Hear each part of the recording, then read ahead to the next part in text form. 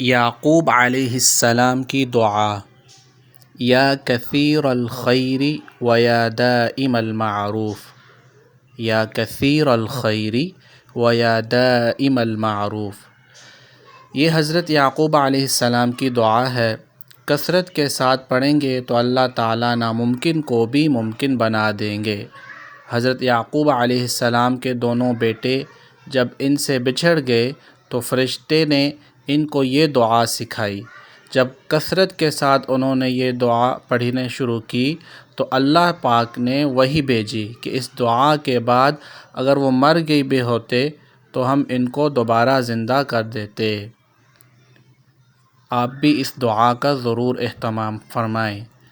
اس دعا کے الفاظ ہیں: یا کثیر الخیر و یا دائم المعروف۔